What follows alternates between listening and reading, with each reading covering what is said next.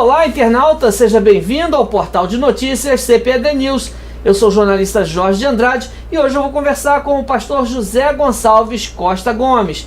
Ele é o autor das lições bíblicas que vão circular em todo o Brasil na escola dominical no primeiro trimestre do ano de 2018. A temática, você já sabe, a supremacia de Cristo. E hoje eu me encontro com ele na biblioteca em que ele estudou e preparou as lições do trimestre. Pastor José Gonçalves, seja bem-vindo ao nosso programa e muito obrigado por nos receber aqui na sua casa. Eu que agradeço, feliz pela sua presença aqui. Pastor José Gonçalves, no que a supremacia de Cristo vai nos acrescentar neste primeiro trimestre do ano? Olha, a revista está muito interessante, porque ela aborda a carta aos Hebreus, que mostra a supremacia de Cristo em relação aos anjos, em relação a Moisés, em relação a Josué e ao próprio sistema sacerdotal antigo. Isso tinha uma razão, o autor tinha em mente edificar a comunidade para que ele escreveu, que era uma comunidade, segundo os melhores intérpretes, era composta por judeus. E essa comunidade cristã estava sofrendo influência do antigo sistema. Então, o que o autor percebe? Ele percebe um arrefecimento na fé. Como se os cristãos estivessem achando o cristianismo inferior ao judaísmo. O judaísmo é uma religião milenar, bem estruturado, sistema de ritual muito bem organizado. Isso exercia uma influência, sim, sobre os primeiros cristãos. Então, o que o autor quer mostrar? Ele quer mostrar que ele não vai desfazer do judaísmo ou do sistema mosaico. Ele vai mostrar que eles tiveram a sua validade, sim, mas que Jesus era superior a tudo isso. Até os anjos, que na cultura judaica gozava de uma atenção especial, o autor vai mostrar que esses anjos não tinham a mesma posição que tinha o Filho de Deus, Jesus. Ele vai mostrar que Jesus não é um ser criado, ele é gerado. E nós colocamos isso no livro de apoio, de uma forma bem interessante, para mostrar essa diferença que o autor trata, e a gente vai chamar isso de alta cristologia. Essa cristologia apresentada por ele, que mostra a supremacia de Jesus sobre esse sistema sacerdotal antigo, a própria ordem antiga. Jesus é superior a ela. O que ele está dizendo? Qual a razão de voltar atrás se nós temos algo melhor, algo superior, que é Cristo Jesus, o Senhor? Então, de certa forma, a carta aos Hebreus, ela é uma prevenção. Exatamente, ela trabalha prevenir, ela é inclusive uma das cartas que tem mais exortações. A carga exortativa dessa carta é muito forte. Eu até diria que é uma das mais fortes do Novo Testamento. Então essa carta ela já gozava de prestígio na igreja, entre os pais da igreja. A gente vê Tertuliano citando essa carta, a gente vê Irineu citando essa carta, a gente vê Orígenes citando essa carta. O que não havia unanimidade em relação à autoria da carta. O anonimato da carta já vai ser questionado pelo próprio Orígenes, que via o pensamento de Paulo, mas o estilo de outro. E isso, na Reforma, vai ser desencadeado essa contestação, porque na Reforma a gente tem um ambiente de cultura do Renascimento. O Renascimento era a busca do antigo, e a busca do novo também. Então essa procura pelos clássicos vai influenciar também os pensadores da Reforma. O próprio Lutero, ele não aceitou a autoria de Paulo, a autoria paulina, que na Idade Média se acreditava que Paulo, isso vem uma tradição desenvolvendo ao longo do tempo, Paulo seria o autor dessa carta. Mas na Reforma esse pensamento cai, porque tanto Lutero como Calvino, Beza e outros reformadores, eles não aceitaram mais a autoria paulina. Lutero achava que foi Apolo. Mas essa questão de quem escreveu Hebreus até hoje está em aberto. A gente Eu acredito que quem sintetizou isso melhor foi Orígenes, que ele diz: quem escreveu essa carta só Deus sabe, mas não estava em questionamento a inspiração. A carta era aceita já na igreja primitiva, né? Possivelmente a gente deduz que ela teve também muita aceitação, porque o Papiro 46, um documento muito antigo, aí do segundo século, coloca ela ao lado das cartas de Paulo. Clemente Romano, que escreve a sua primeira carta aos Coríntios, ano 95 a 96, ele usa muito material da carta aos Hebreus, mas ele não entra na questão da autoria. Mas você vê que a carta tem essa aceitação, porque ela está vinculada também ao apóstolo Paulo. Então isso vai mudar depois do Concílio de Cartago, e que bota de forma bem taxativa que essa carta é de autoria paulina e perdura até a Idade Média. Na Reforma, como eu acabei de dizer, isso é contestado, e hoje dentro da erudição bíblica nós não vamos encontrar nenhum teólogo que diga que essa carta é de autoria paulina. Agora, mas que ela é inspirada e continua inspirada. Ok. Pastor Zé Gonçalves, adianta pra gente aqui, de acordo com o autor da Epístola aos Hebreus, qual é a maneira que o cristão tem para se manter no rumo certo? Pois bem, o autor, quando ele trata o que a gente chamou de alta cristologia, ou cristologia alta, ele vai destacar exatamente isso, que se o cristão olhar para Cristo como autor e consumador da fé, ele está protegido, ele está seguro, é seguir Cristo.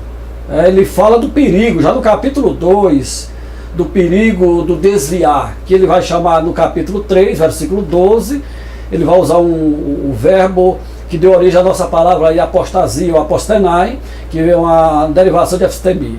Um verbo grego que significa desviar, afastar.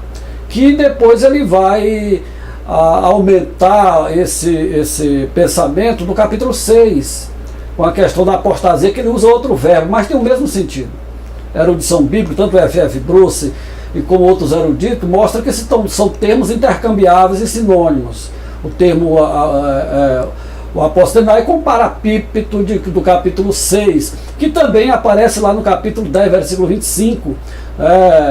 Não o mesmo verbo, mas o mesmo tom exortativo, a mesma carga exortativa. Então o autor está dizendo: o perigo é real. O perigo do cristão fracassar existe.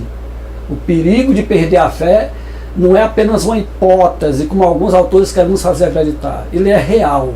Isso o autor deixa bem claro. É necessário, para mudar isso, ignorar o pensamento do autor. Mas ele está dizendo: seguir os passos de Jesus, estar firme em Cristo, é a maneira de se proteger de uma queda ou um acidente espiritual grave, que ele vai chamar, dizer que não há mais sacrifício ou arrependimento, no capítulo 6. De novo.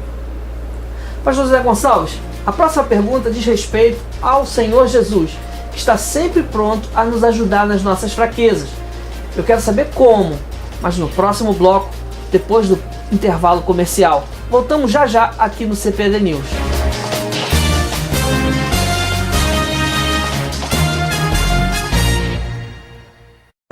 Experimente uma surpreendente viagem na história de Deus e uma forma confiável de aplicá-la em sua vida com a Bíblia de Estudo Cronológica Aplicação Pessoal. Totalmente colorida e ricamente ilustrada, ela oferece uma visão ampla ao inserir as Escrituras em 10 grandes eras, combinando os textos bíblicos em uma ordem sequencial de tempo desde a criação até o final. Bíblia de Estudo Cronológica Aplicação Pessoal, um produto com a qualidade CPAD.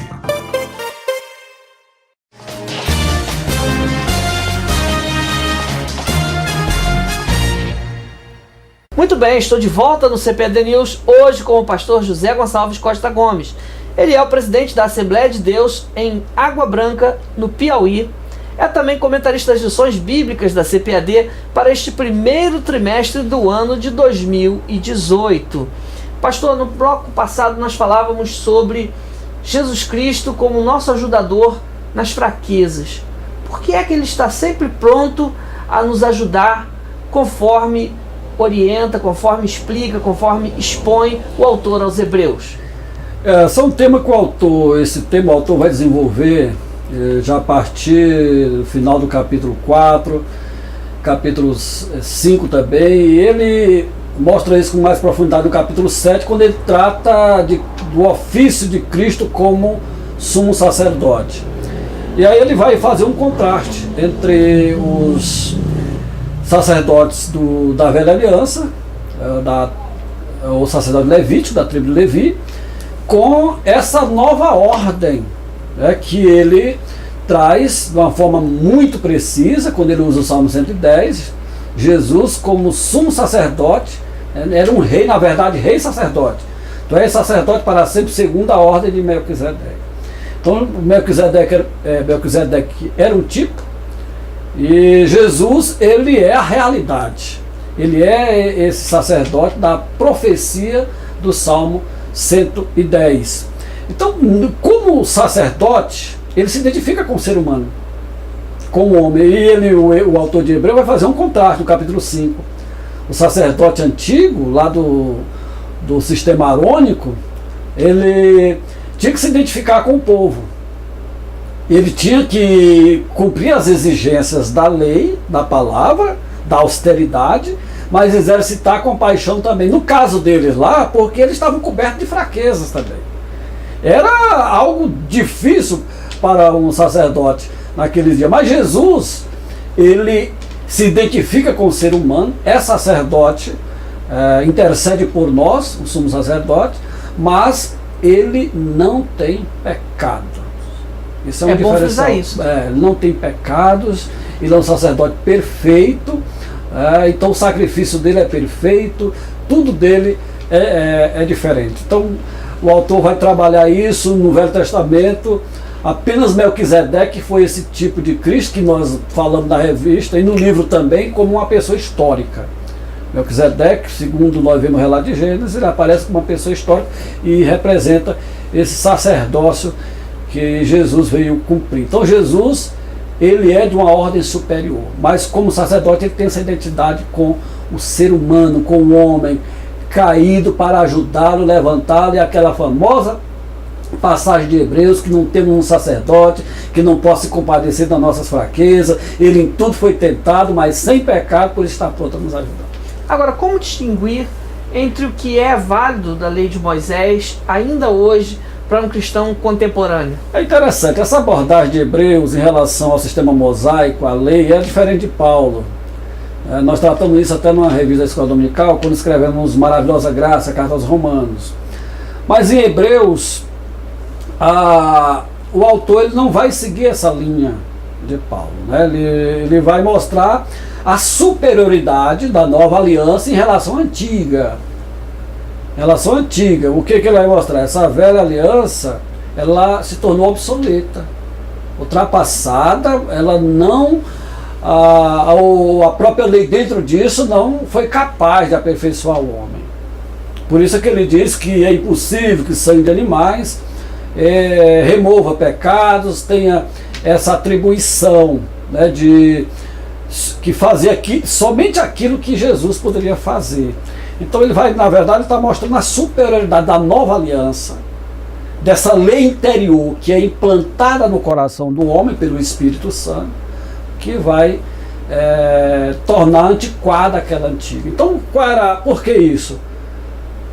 Por que havia esse encantamento pela antiga ordem, o retrocesso, voltar atrás, se nós temos algo superior, algo novo? Insegurança, talvez? Exatamente, algo que é muito mais seguro, porque foi implantado pelo próprio Filho de Deus. Isso é muito interessante. Agora, pastor, nas lições 3, 4 e 5 do seu comentário, eu percebi que o senhor fez uma comparação entre Cristo, né, a nova aliança, e personagens importantes do Antigo Testamento, como por exemplo Moisés, Arão, Josué. Por que o senhor utilizou-se dessa forma?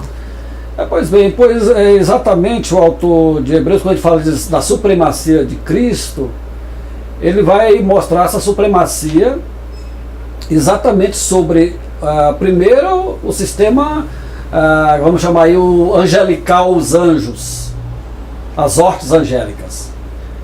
que isso é conhecido da tradição hebraica, o lugar, a relevância que tinha os anjos. Inclusive, dizer que a lei foi dada por ministério de anjos.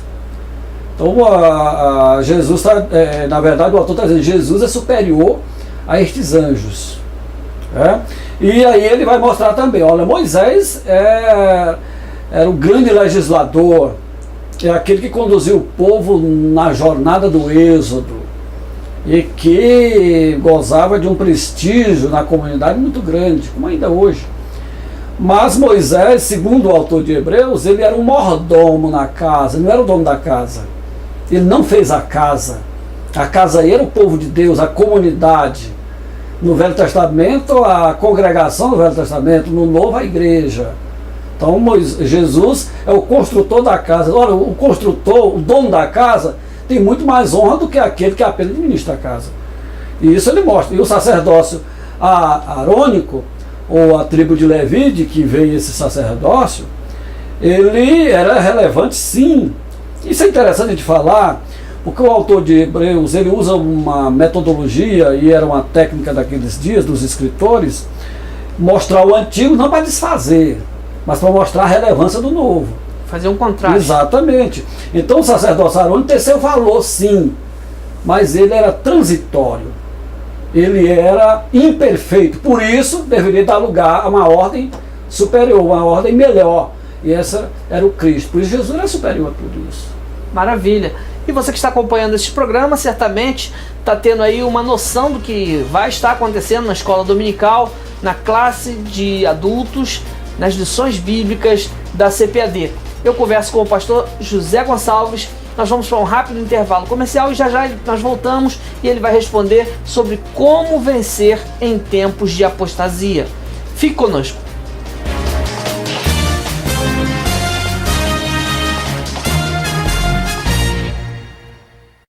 Todos os dias tomamos decisões. Decida ser a mulher que Deus planejou. Leia as 10 melhores decisões que a mulher deve tomar e encontre o seu lugar no plano de Deus. Um produto com a qualidade CPAD.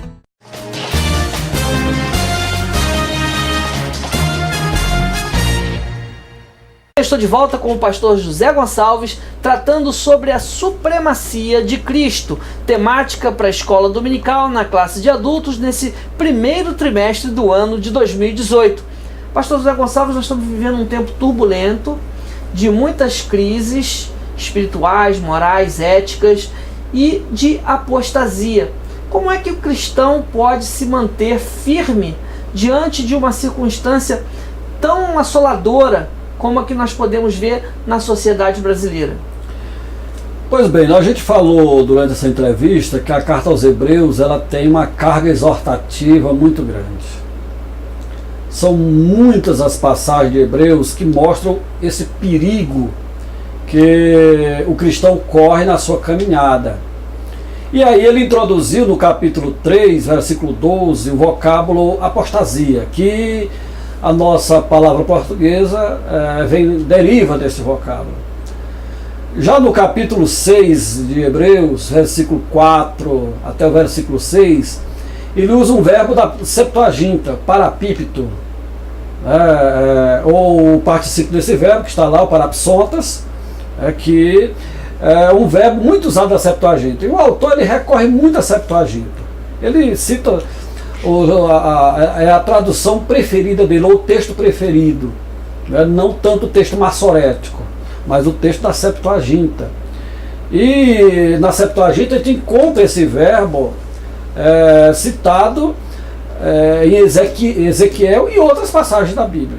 E o contexto desse verbo no Velho Testamento é de uma transgressão cometida contra Deus, algo grave. Inclusive no contexto do Velho Testamento, Deus diz que nem a intercessão de determinados homens de Deus, que eram muito conceituados, era possível reverter o quadro. O que ele está mostrando? Que a apostasia, o fracasso na fé é um perigo real. Não era algo apenas hipotético. não era o que o autor tensionava para a sua comunidade. Ele até espera dessa comunidade, ele até acredita que essa comunidade não vai chegar tanto, mas que existe esse perigo, que o cristão pode fracassar ou cair da graça, perder a sua fé. Isso é uma realidade que ele está trabalhando, porque senão não teria sentido essa epístola, ela exortar com tanta veemência, com tanta força. A gente fez a exegese num livro de apoio, que é esse livro aqui, que é o mesmo tema da revista, onde nós abordamos essa temática da apostasia em 15 páginas. Há um apêndice que o professor da Bíblia não deve se preocupar, porque a gente trata dessa temática em profundidade. Fizemos uma exegese aprofundada desse texto, à luz do texto, o próprio texto grego. Até um dia desse eu fiz um pequeno vídeo apresentando este livro. Eu mostrei que a gente trouxe para dentro deste livro nossa experiência acadêmica como professor de línguas originais por alguns anos, tanto no Instituto da Assembleia de Deus como na faculdade. Trouxemos para esse texto para mostrar a realidade desse texto, a nossa perspectiva, ou conforme nós cremos e acreditamos, e que tem fundamentação sólida na palavra de Deus. Então a apostasia é uma realidade. Paulo fala do perigo da apostasia. Ele diz que o Espírito afirma expressamente que nos últimos tempos, nos últimos dias, alguns apostatariam da fé, por obedecer a espíritos enganadores e a doutrina de demônios. O que leva a isso? Esse é um conjunto de coisas. Nós citamos até autores dentro da tradição protestante que as pessoas podem ir longe demais e depois não saber mais voltar. Eu acho que isso aí é uma coisa que acontece muito grave. Então a apostasia não deve ser confundida com aquele acidente espiritual, com aquele pecado que o crente, por alguma falta de vigilância, cometeu, mas algo que vai se repetindo e o crente vai endurecendo o coração. Por isso que o autor fala do perigo de se endurecer o coração. Ele usa aí uma palavra grega, que o verbo esclerino, que quer dizer enrijecer. É a palavra que dá origem à nossa palavra portuguesa, esclerose, que é quando a pessoa perde ou fica esclerosado, duro. Sem articulação nenhuma. Exatamente, sem articulação, fica duro. Então há um momento que a pessoa vai perdendo essa sensibilidade. E aí chega ao cúmulo de renegar, renunciar à sua fé.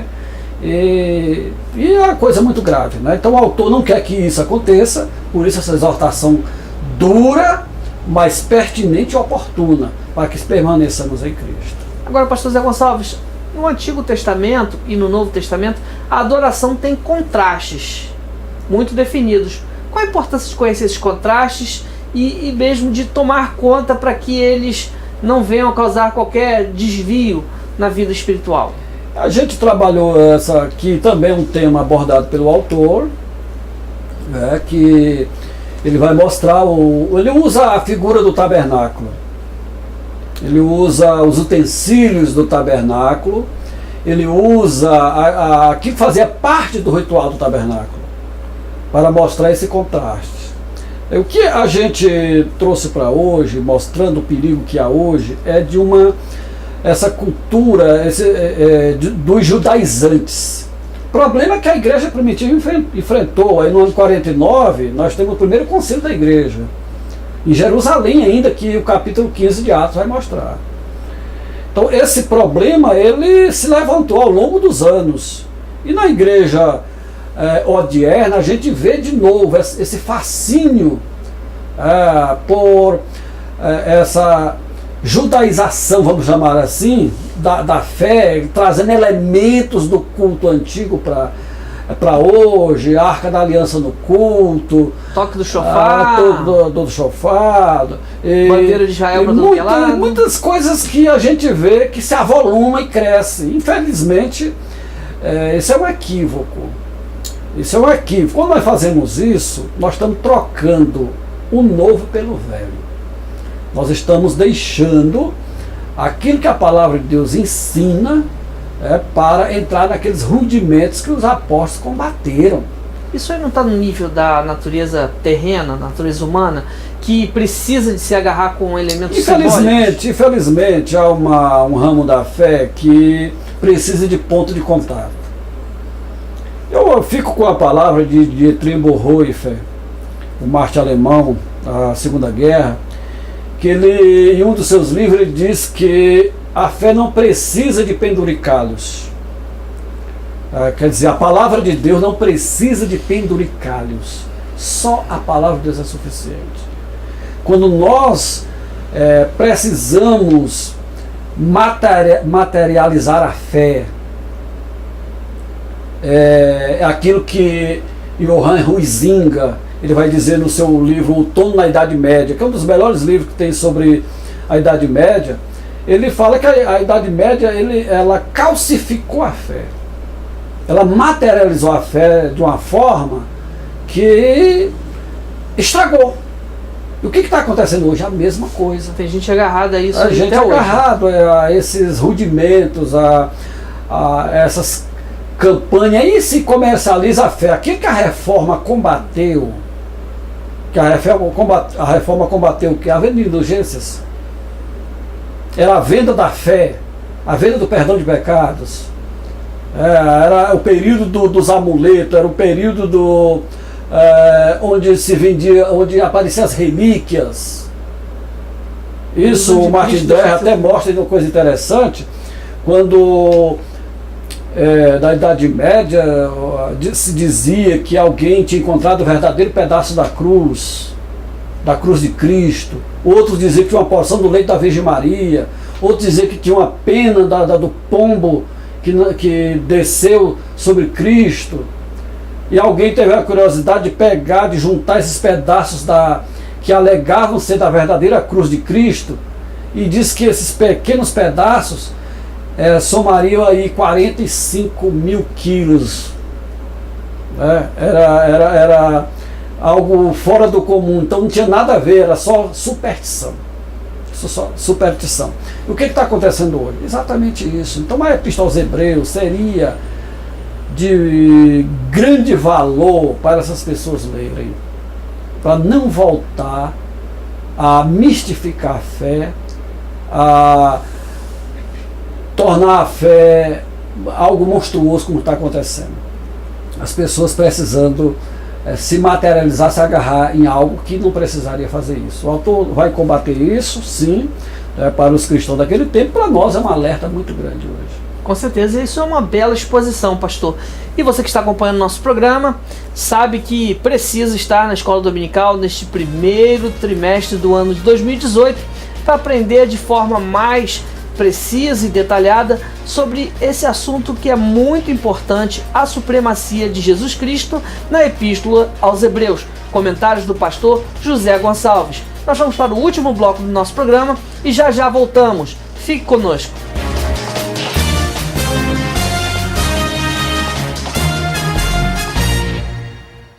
Enquanto eu te adorar, Rafael Dias, a nova voz de adoração.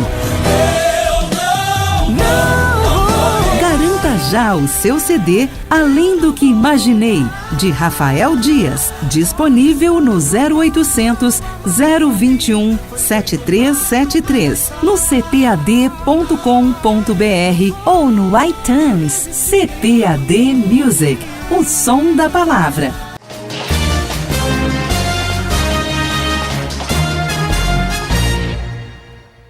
Muito bem, eu estou de volta aqui no CPD News, hoje com o pastor José Gonçalves Costa Gomes, comentando as lições bíblicas deste primeiro trimestre do ano de 2018. E eu tenho absoluta convicção de que você que está nos acompanhando já está animado, animada para participar da escola dominical e aprender mais da palavra de Deus e pôr em prática, porque isso faz muito bem à vida espiritual.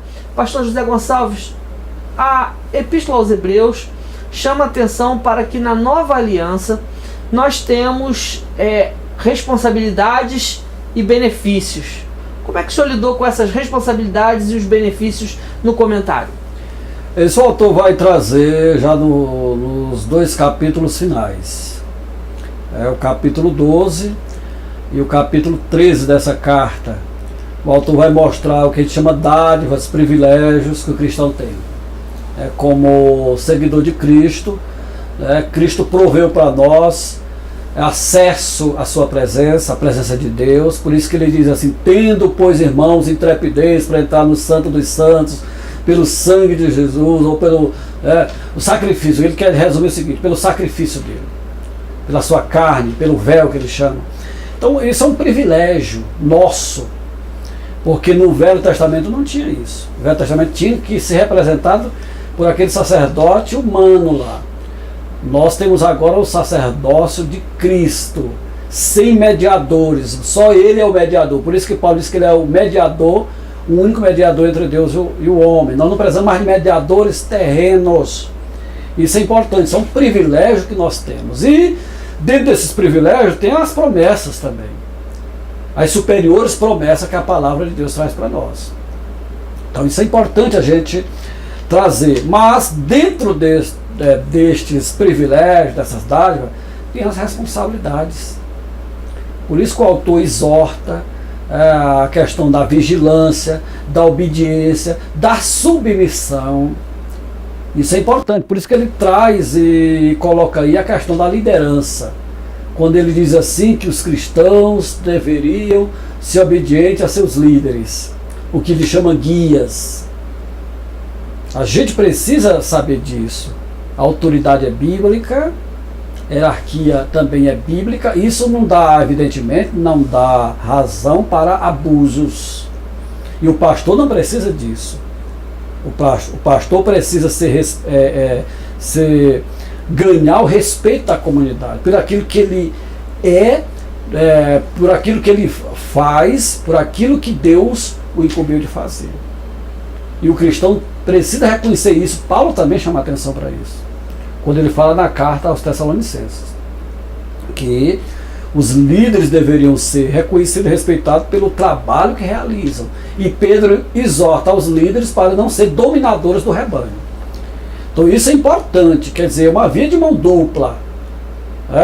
Então a gente precisa entender esse aspecto, que nós temos privilégio, temos responsabilidades também. Essa graça barata, esse evangelho sem implicações, esse evangelho sem exigências, não é o evangelho da palavra, não é o evangelho bíblico. O evangelho bíblico, ele impõe para nós limites, responsabilidades, tem para nós bênçãos, mas nós como igreja precisamos viver dentro desse parâmetro da palavra de Deus. Isso é muito importante hoje, para nós sermos igreja, sermos um povo unidos em prol do reino de Deus. Então a carta aos Hebreus sela isso com chave de ouro, mostrando esse aspecto da nova aliança, do que é ser cristão nessa sociedade, nessa cultura. Pastor José Gonçalves, nós estamos chegando ao final dessa entrevista e a minha última pergunta diz respeito aos gigantes na fé. Quais são as exortações de Hebreus para que aqueles que estão na caminhada cheguem com êxito? Pois bem, o autor introduz aí uma galeria de heróis da fé. E não é à toa que ele coloca isso. Exatamente para servir de modelo. Olha, se os cristãos estavam querendo voltar, estavam arrefecendo, a fé estava se arrefecendo, estavam querendo voltar ao antigo sistema. Então ele vai pegar o exemplo daqueles do passado, que não voltaram atrás, que não perderam o foco, mantiveram suas vistas, suas atenções nas promessas. Muitos não chegaram nem a usufruir dessas promessas, mas acreditaram nelas, morreram por elas. Então ele coloca aí na galeria muitos desses heróis da fé que já eram conhecidos da cultura judaica. Ele fala de Abel, ele fala de Enoque, ele fala de Abraão, ele fala de Moisés, ele fala de Josué, introduz personagens novos aí, Raabe, mas foram pessoas que viveram e acreditaram, por isso eram modelos. Ele chama aí nuvens de testemunhas. Nós temos, quer dizer, os cristãos não tinham desculpa para voltarem atrás, já que outros tinham já feito essa jornada, tinham chegado até o final. Então vá até o fim, quer dizer. Mesmo sem ter a revelação, né? Exatamente, faça o mesmo. Você está numa época, você está num período melhor. Você tem o autor e consumador da fé e deve manter os olhos fitos nele. Jesus é a nossa instância final. Muito bem, pastor Zé Gonçalves, muito obrigado por ter nos recebido aqui na sua residência, no seu local de estudos, onde preparou as lições bíblicas para este primeiro trimestre do ano de 2018. Nós queremos te agradecer por essa participação e queremos franquear ao senhor a palavra. Eu que agradeço, eu desejo a todos os professores, alunos, coordenadores, superintendentes de escola dominical, aproveitem para estudar essa carta em profundidade. O livro de apoio vai ser de grande valia porque ele é um comentário versículo por versículo. Mas há muitos livros disponíveis hoje, a nossa própria editora tem alguns títulos nessa área para ajudar o entendimento dessa carta, que é muito importante. Não vamos perder por nada as lições tão maravilhosas que essa carta traz para nós. É atualíssima, ela é de uma atualidade, de uma profundidade incrível e gostosa de ler, porque o autor, ele era um literato, ele tinha um domínio da língua. Isso a gente vê mais na língua original, ele tinha o estilo é bonito, é leve, é gostoso de ver. Embora ele trate de assuntos tão profundos, mas ele coloca isso de uma forma bem clara, bem simples. Então é um momento que a gente vive, já tratamos aqui uma apostasia quase que generalizada aí no mundo. A gente precisa pegar essa carta e nos agarrar com aquilo que o Espírito Santo inspirou para nos servir de âncora no meio desse mar revolto que nós temos hoje. Muito bem. E eu quero agradecer a você que nos acompanha aqui no CPD News, pela sua audiência, pelo seu carinho e pela sua sempre participação com e-mails, com ligações para a nossa redação. Muito obrigado mais uma vez pela sua participação e eu quero lhe desejar um 2018 ricamente abençoado. Que a sua família seja muitíssimo frutífera nesta nova etapa que nós temos pela frente. Um forte abraço e até uma próxima oportunidade, se Deus assim permitir.